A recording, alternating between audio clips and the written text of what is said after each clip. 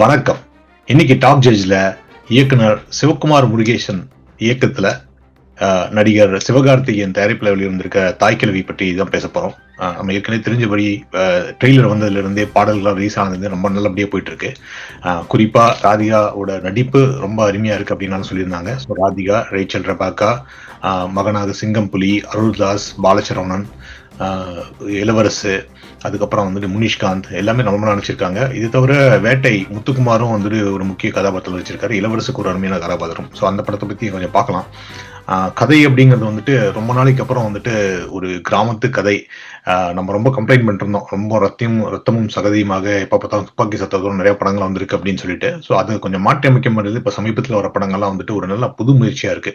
குறிப்பா சொல்ல போனீங்கன்னா இந்த தலைவர் தம்பி தலைமையில் அப்படின்ற அந்த படத்தை பார்த்தீங்கன்னா அதுல கம்ப்ளீட்டா ஒரு ஒரு அர்பன் செட்டிங்ல வந்துட்டு வெளியில வந்துட்டு ஒரு கிராமத்துல என்ன நடக்கும் அப்படிங்கிறது, ஒரு வீட்டுல கல்யாணம், ஒரு வீட்டுல கருமாதி அப்படிங்கிற மாதிரி நல்லபடியா போயிட்டு இருந்துச்சு. இந்த படத்துலயும் குறிப்பா அதே சிமிலர் சப்ஜெக்ட் அப்படின்னு சொல்லலாம். எப்படின்னா ஒரு வீட்டுல வந்து ஒரு வயசான கிழவி, அதாவது ராதிகா சரத்குமார் வந்து அவங்களுக்கு வந்து உடல்நிலை சரியில்லாம போகுது. அதை சுத்தி காத்திருக்கும், அவர் சாவுக்காக காத்திருக்கும் போது என்னென்ன ஹேஷங்கள் நடக்குது அப்படிங்கறதான் கதை. ஸோ அதை ரொம்ப நல்லா எடுத்துட்டு போயிருக்காங்க. ஸோ இதுல தலைவர் தம்பி தலைமையிலுக்கும் இந்த படத்துக்கும் வந்துட்டு அந்த சாவு அப்படிங்கிறது ஒரு காமன் பாயிண்ட்னு வச்சுக்கலாம். எம்டன் மகன்லையும் பாத்தீங்கன்னா எனக்கு நிஜம் அந்த படத்தோட ஞாபகம் தான் வந்துச்சு. ஏன்னா அந்த படத்துல வந்துட்டு அந்த சாவு அப்படிங்கிறது எவ்வளவு கொண்டாட்டமா காட்டியிருப்பாங்க. ஸோ எவ்வளவுதான் இந்த சாவு அப்படிங்கிறதோட இந்த இடத்துல வந்துட்டு அதை காட்டுவாங்க.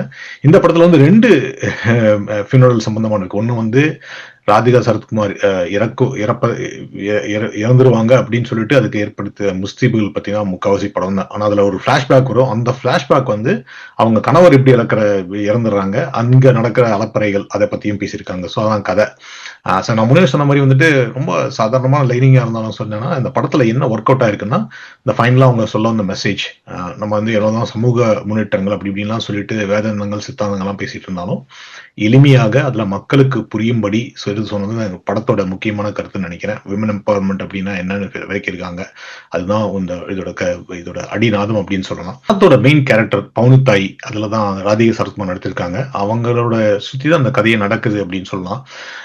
ஸோ அவங்க உடல்நிலை சரியில்லாம போகுது. அதுக்கப்புறம் அவங்க மகனை எல்லாம் ஊருக்கு கூப்பிடுறாங்க. அப்ப அந்த ஊர்ல என்னென்ன கதைகள் நடக்குது அப்படிங்கறதான் அந்த படத்தோட கதை. அதுல இளவரசன் வந்து ஒரு முக்கியமான ட்விஸ்ட் வைக்கிறாரு. அந்த ட்விஸ்ட்டை சுத்தி அதுல இருந்து எப்படி கதை நகருது அப்படின்னா ஒரு அருமையான கதை. ஸோ கண்டிப்பா வந்து ராதிகா ரஸ்குமார் ஏற்கனவே வந்து நிறைய கிராம படங்கள் நடிச்சிருக்காங்க. இல்லையா பாரதி ராஜா கூட எல்லாம் நடிச்சிருக்காங்க. ஸோ அதெல்லாம் தாண்டி வந்து இதுல வந்து எனக்கு வந்து அந்த முதல் மரியாதையோட அந்த வடிவுக்கரசியோட அந்த கேரக்டர் ஞாபகம் வந்துச்சு. ஸோ அதை தவிர அவங்க ப்ராஸ்தட்டிக் மேக்கப் எல்லாம் போட்டுட்டு ஆளே கொஞ்சம் உருவம் மாதிரி அருமையா தான் பண்ணியிருந்தாங்க. உண்மையிலேயே அவங்களுக்கு வந்து kudos to her for doing this one. அவங்க சொல்லியிருந்த ஏதோ ஒரு பேட்டியில வந்து இது ரஜினிகாந்த் கேரக்டர் அப்படின்னாங்க. நிஜமாவே இது வந்து ரஜினிகாந்த் வந்து அந்த மாதிரி ஒரு எலிவேஷன் கொடுக்குற ஒரு கேரக்டர் தான் ஸ்பெசிபிக்லி ஃபைனல்ல. பட் இது வந்து ஒரு இந்த பாட்டிக்கு பதில் ஒரு தாத்தா வச்சிருந்தா இந்த அளவுக்கு அது ஒட்டி இருக்குமா அப்படின்னு தெரியல. இது ஒரு பாட்டிக்காகவே எடுத்த அந்த தாய்க்கல்வி அப்படிங்கிற டைட்டிலுக்கு வந்து நல்லா பண்ணியிருக்காங்க.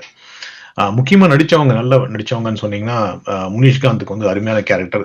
அவர் வந்து கூடவே வர்ற மாதிரி கேரக்டர். ஆக்சுவலி நீங்க பாத்தீங்கன்னா இந்த படத்துல வந்துட்டு விசுவோட படங்களை விஷு என்ன பண்ணுவாரோ அதை வந்து முனிஷ்காந்த் பண்ணியிருக்காரு அப்படின்னு சொல்ல முடியும். அவரோட கேரக்டர் அந்த மாதிரி தான் வடிவமைக்கப்பட்டிருக்கு. அதாவது இந்த 3 மகன்களுக்கும் அந்த மருமகனுக்கும் அவங்களுக்கு நடுவில் இவர் வந்து அந்த பக்கம் இந்த பக்கம் மாத்தி மாத்தி பேசி அவர் தான் ஓரளவுக்கு அந்த படத்தை நகர்த்திட்டு போற முக்கியமான கதாபாத்திரம் அப்படின்னு சொல்லலாம். அது தவிர அருள்தாஸ் நல்லா நடிச்சிருக்காரு.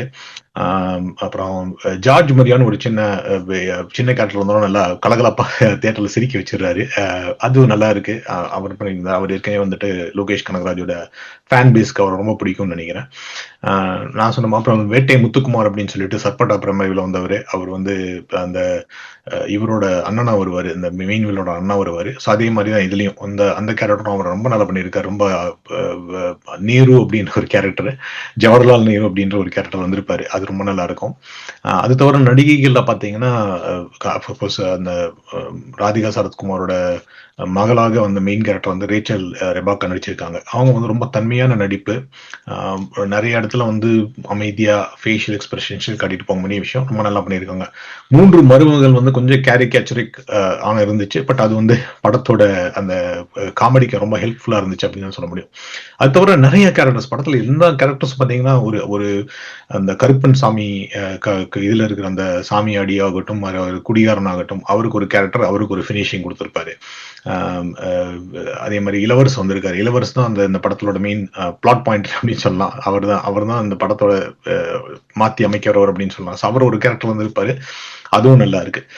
ஸோ இது மாதிரி நிறைய கேரக்டர்ஸ் எல்லாத்தையும் விட அந்த நீங்க டாக்டர் கிட்ட போவாங்க. அந்த டாக்டர் கிட்ட போனோம்னா அந்த டாக்டருக்கு வந்து ஒரு வசனம் சொல்லுவாங்க. அந்த படிப்பை பத்தி சொல்லுவாங்க. அது ரொம்ப நேச்சுரலா வந்திருக்கு. அது ஒரு சீனரி போல் காணப்படும் ஒரு டாக்டர். அவர் பேரும் சென் அப்படின்னு தான் வச்சிருப்பாங்க. அவர் வந்து ஒரு டயலாக் டெலிவரி கொடுப்பாரு. ரொம்ப அருமையா இருக்கும். ஸோ அந்த மாதிரி விஷயங்கள்லாம் பாத்தீங்கன்னா சம்டைம்ஸ் நமக்கு ஏதாச்சும் அறிவுரை சொன்னாலும் கோபம் வரும் இல்லைங்களா? கோபம் வராம அறிவுரை சொல்வது எப்படி அப்படின்னு சொல்லிட்டு இந்த படத்துல கண்டிப்பா ஒரு படமாவே எடுத்திருக்காரு. ஸோ அது தவிர வந்துட்டு அங்கங்க டைரக்டர் வந்து கிடைச்ச சான்ஸ்லாம் வந்துட்டு எப்படி வந்து படிக்காத தற்குறிகளா மக்கள் இருக்காங்க அப்படிங்கறது வந்துட்டு ஓரளவுக்கு மனம் புண்படாத மாதிரியே சொல்லியிருக்காரு அப்படின்னு தான் சொல்ல முடியும். கொஞ்சம் சில இடத்துல ஒரு ஓவர் டியூஷா இருக்கும் அந்த கிளைமேக்ஸ் லீஷ் அதை பத்தி எல்லாம் பார்க்கலாம். இதெல்லாம் தாண்டின பிறகு கூட ஒரு ஒரு கிராமத்து வெள்ளத்தையான மனிதர்கள் மத்தியில போய் வாழ்ந்துட்டு வந்த மாதிரி ஒரு அருமையான இது. அதே மாதிரி வந்துட்டு அந்த செட்டிங்லாம் பார்த்தீங்கன்னா கிராமத்து செட்டிங்லாம் பார்த்தீங்கன்னா ஒரு ஒரு ஒரு தேவர் சமூகங்கள் அதிகமாக வாழக்கூடிய ஒரு பகுதியில போய் அங்க அவங்க கூட இருந்த மாதிரி தான் இருந்துச்சு. அவங்களோட பேச்சு வழக்காகட்டும் எல்லாமே ரொம்ப அதிகமா இருந்துச்சு. திரைக்கதை அப்படின்னு நீங்க ஸ்பெசிஃபிக்கா பார்த்தீங்கன்னா ரொம்ப அதிகமா ஒவ்வொரு கேரக்டரையும் செதுக்கி பண்ணியிருக்காங்க அப்படின்னு சொல்லலாம். எந்த கேரக்டரையும் வந்துட்டு அவங்க லூஸ்லயே உள்ள எல்லாத்தையும் லாஸ்ட்ல கொண்டு வந்து ஒரு டைம் பண்ணி வச்சிருக்காரு. ஸோ அந்த விதத்துல வந்துட்டு திரைக்கதை வந்து ரொம்ப ரொம்ப நல்லா பண்ணியிருக்காரு. அந்த திரைக்கதை தான் அந்த படத்தோட முக்கியமான அந்த கட்டி கொண்டு வந்தது அதான் அப்படின்னு சொல்ல முடியும். ஏன்னா எந்த கேரக்டரும் மறக்க முடியாதபடி பண்ணியிருக்காரு. அதே மாதிரி எல்லா கேரக்டர்ஸ்க்கும் அருமையான ஸ்கோப் கொடுத்திருக்காரு. ஃபார் எக்ஸாம்பிள் வந்து முனிஷ்காந்த் வந்து அந்த கேரக்டர் அப்படியே விட்டுருக்கலாம். பட் அவருக்கு வந்து ஹாஸ்பிட்டல்ல ஒரு டயலாக் கேட்டு அவருக்கு ஒரு கேரக்டர் கொடுப்பாங்க. அதே மாதிரி பாலசரவணன் அவருக்கு எனக்கு தெரிஞ்ச ஒரு ரொம்ப படத்துல வந்துட்டு ஒரு உதிரியா தான் வந்துட்டு போயிட்டு இருக்காரு. இந்த படத்துல வந்து அவருக்கும் ஒரு நீண்ட காட்சியை வச்சு அவருக்கும் அதை வந்து நல்லா எக்ஸ்பிளைன் பண்றதுக்கு நல்ல சான்ஸ் கொடுத்திருக்காருன்னு சொன்னோம். பட் எல்லாத்துக்கும் மேல வந்துட்டு ராதிகா சரத்குமார். பட் ஆக்சுவலா எனக்கு இன்னொரு இதுனா எப்படி முனிஷ்காந்துக்கு ஒரு நல்ல டயலாக் டெலிவரி கொடுத்து அவங்களுக்கு எப்படி ஒரு ஷைனாக ஒரு ஆப்பர்ச்சுனிட்டி கொடுத்தாங்க. அதே மாதிரி பாலசரவணன் கொடுத்த மாதிரி வந்து ராதிகாவுக்கும் கொஞ்சம் கொடுத்துருக்கலாம் அப்படின்னு நினைக்கிறேன். ஏன்னா லாஸ்ட்ல அவங்க வந்து லாஸ்ட் ஒரு 10 நிமிஷம் வந்து ரொம்ப பிரீச்சியா போயிருது படம். ஆனா மக்கள் அதை பார்த்து ரசிக்கிறாங்க, சிரிக்கிறாங்க அப்படிங்கிறது வந்துட்டு எவ்வளவுதான் பிரீச்சியா இருந்தாலும் அவங்களுக்கு பிடிச்சது அப்படின்னு தான் எடுத்துக்கணும். நான் பார்த்த வரைக்கும் வந்துட்டு சுத்தி இருந்தவங்களும் அதை ரசிச்சாங்க. நிறைய பேர் வந்து இந்த மாதிரி ரொம்ப பிரீச்சியா இருந்து எழுந்து போறவங்களா இருப்பாங்க. அப்படி யாருமே தேட்டர்ல கடைசி வரைக்கும் உட்கார்ந்துருந்தாங்க அப்படின்னு நினைக்கிறேன். ஏன்னா அவங்க என்ன மெசேஜ் சொல்ல போறாங்க அப்படின்னு கவனிச்சு தான் கத்துட்டு இருந்தாங்க. ஸோ அந்த மாதிரி ஒரு கேரக்டர் ராதிகாவுக்கு கொடுத்திருந்தாலும் அவங்க இன்னும் அவங்கள வந்து அவங்களோட நடிப்புக்காக ஒரு லாங் ஷாட்டோ ஏதோ வச்சு எடுத்துக்கலாம் அப்படின்னு நினைக்கிறேன். மேபி அதை எடுத்துட்டாங்களான்னு தெரியல. பட் மற்றபடி படம் வந்து ஒரு ஃபீல் குட் மூவி. ஸோ இது நம்ம சில அல்லாதவைகள்லாம் பார்த்தீங்கன்னா இது என்ன ஒரு கொஞ்சம் நேச்சுரலா இருக்கு. நான் சொல்ல எக்ஸாஜரேட் தான். இது காமெடி மூவி அப்படின்னு தான் பார்க்க முடியும். ஒரு சமூக படம் அப்படின்னு பார்க்க முடியாது. சமூக செய்திகளை சொல்லும் ஒரு குடும்பத்தோட பார்க்கக்கூடிய நகைச்சுவை படம் அப்படின்னு வச்சுதான் பார்க்க முடியும். எனக்கு ஒரு பழைய ஈரானிய படம் த விண்ட்வில் கேரியர்ஸ் அப்படின்னு சொல்லிட்டு அப்பாஸ் கிரோஸ்தமி எடுத்த ஒரு படம் இருக்கு. அதுல வந்து அதோட பேரல் என்னன்னா அதுல வந்து ஒரு வயசான 100 வயதான ஒரு பெண்மணி வந்துட்டு ஒரு ஒரு ஒரு சின்ன சிறிய கிராமத்துல சாக கிடப்பாங்க. அப்போ அவங்க அவங்களோட ஒரு ஒரு ஒரு இன்ஜினியர் இல்ல ஒரு பேட்டி எடுக்கிறவங்க வந்து அதை கேப்சர் பண்றதுக்காக போவாங்க. எப்படி அவங்க இறக்குறாங்க, அதை எப்படி அந்த அந்த ஊர்ல பண்றாங்க அப்படிங்கறது கேப்சர் பண்றது அந்த படத்தோட முழு கதையுமே. பட் அது வந்து கொஞ்சம் டீப்பர் மீனிங்கா போற மாதிரி இருக்கும். அதாவது இவர் வந்து ஒரு சாவுக்காக காத்திருக்கும் ஒரு பேந்தினி கழுகு மாதிரி அதுல காட்டியிருப்பாங்க. அதுதான் அவர் போர்ட்ரேட் பண்ண வந்திருப்பாரு. பட் அதுக்கப்புறம் வந்துட்டு அது தேவையில்லைன்னு நினைச்சிட்டு வாழ்வை நோக்கிய பயணம் அதுல போயிருவாரு. இதுலயும் கொஞ்சம் அந்த அந்த சாயல் இருக்கு. அந்த அளவுக்கு டீப்பர் பிலாசபிகள் அவர் போலனா கூட இந்த படத்துல வந்து அதுதான் சொல்ல வந்திருக்காரு அப்படின்னு எடுத்துக்க முடியும். நிறைய நல்ல செய்திகள். அதாவது எப்படி சொல்றது, நீங்க படிக்காத தற்கொலைகளா இருக்காங்க அப்படிங்கறது ஒண்ணு. பெண்கள் வந்து அவங்க தலையிலேயே அவங்க மண்ணு போட்டுக்கிறாங்க அப்படிங்கறது ஒண்ணு. பெண்களோட எம்பவர்மெண்ட்னா என்ன அப்படிங்கறது வந்து ரொம்ப அழகா விளக்கியிருக்காங்க. எங்கெல்லாம் சான்ஸ் கிடைக்கிறோம் அங்கெல்லாம் ஸ்கோர் பண்ணிடுறாரு. சில சின்ன விஷயங்கள்லாம் வந்து ரொம்ப லாகமா தாண்டி போயிருக்க ரொம்ப ஸ்மார்ட்டா இருந்திருக்காரு அப்படின்னு சொல்ல முடியும். ஃபார் எக்ஸாம்பிள் வந்து இதுல வந்து கருப்பன் அப்படிங்கிற அந்த கடவுள் வந்து அவர் ஒரு கேரக்டரே வராரு. அந்த கேரக்டர்னா அவரு கூட மக்கள் பேசுறது வச்சு பண்ணிடணும். அதுல வந்து கருப்பன் கூட வந்து இவர் சொல்றப்ப வந்துட்டு நீ எனக்கு இதுல ஹெல்ப் பண்றனா நான் சாய் கூட்டத்துல போய் சேர்ந்துருவேன் அப்படின்னு சொல்லுவாரு. அது கொஞ்சம் தமாசா இருந்தாலும் அது அவர் ப்ரிவென்ட் பண்ணியிருக்காரு. அப்புறம் இன்னொன்னு வந்துட்டு அந்த சாமியாரா அந்த கருப்பனுக்கு சாமியாரா ஒருத்தர் மாறுவாரு. அவர் பேரு வந்து கங்கார் அடிகளார் அப்படின்னு சொல்லுவாங்க. ஸோ அது யார சொல்லியிருப்பாங்க உங்களுக்கே தெரிஞ்சிருக்கும். கொஞ்சம் அடித்தட்டி மாறி இருந்துச்சுன்னா அது ஒரு புரொபகண்டா மூவியா இருந்திருக்கும். இது வந்து ஏதோ சமூக சிந்தனைகளை பேசும், பெண் விடுதலை பத்தி பேசும் ஒரு படம் அப்படின்ற மாரி வந்திருக்கக்கூடிய சாத்தியக்கூறுகள் நெறைய இருந்துச்சு. அத அவாய்ட் பண்ணி அத நீட்டா கொண்டு போனது தான் இந்த டைரக்டரோட முக்கியமான பங்குன்னு நெனைக்கிறேன். அவர் அத ரொம்ப நல்லா பண்ணியிருக்காரு. ஸோ இதுக்காகவே வந்துட்டு இப்போ வந்து சேயோன் படம் எப்படி இருக்கும்னு நெனச்சிட்டு இருந்தேன். இப்போ இவரு பார்த்த பிறகு இது எனக்கு ரொம்ப இது வந்துச்சு ஆசையா இருக்கு. ஆண் பாவத்துல வந்து வசனம் எழுதுனது வந்துட்டு நான் பார்த்தேன், சும்மா தேடி பார்க்கறப்ப சிவகுமார் முருகேசன் எழுதியிருக்காருன்னு நினைச்சேன்.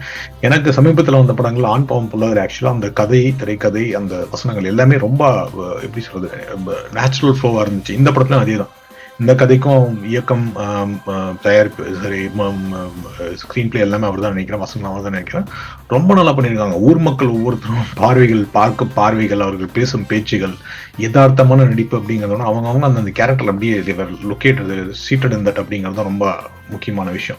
ஸோ அது மொத்தம் தாய் கிழவி எப்படி இருக்கு அப்படின்னா, பார்க்க வேண்டிய கிழவி. நம்ம எல்லாரும் நம்ம கிராமத்துலயோ நம்ம ஊர்லயோ பார்த்தீங்கன்னா இந்த மாதிரி ஒரு கிழவி இருந்திருப்பாங்க. நம்மளுக்கு பெரியம்மாவோ பெரிய சின்னமாவோ இருந்திருப்பாங்க, இல்லைன்னா நம்மளோட பெரிய பாட்டி சின்ன பாட்டியா இருந்திருப்பாங்க. அந்த மாதிரி ஒரு பாட்டி யாரை பற்றியும் எதுவும் கவலைப்படாம தன் வாழ்க்கை தான் வாழணும் அப்படின்ற மாதிரி இருக்காங்க.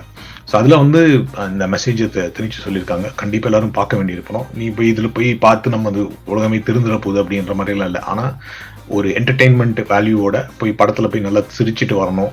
அதே மாதிரி கொஞ்சம் இந்த வந்த சிந்தனையில வந்து கொஞ்சம் லைட்டாக சிந்தனை தூண்டுற மாதிரி இருக்கும் அப்படிங்கிறது வந்து அருமையான விஷயம். கண்டிப்பாக பார்க்க வேண்டிய படம். Don't miss it in theatres.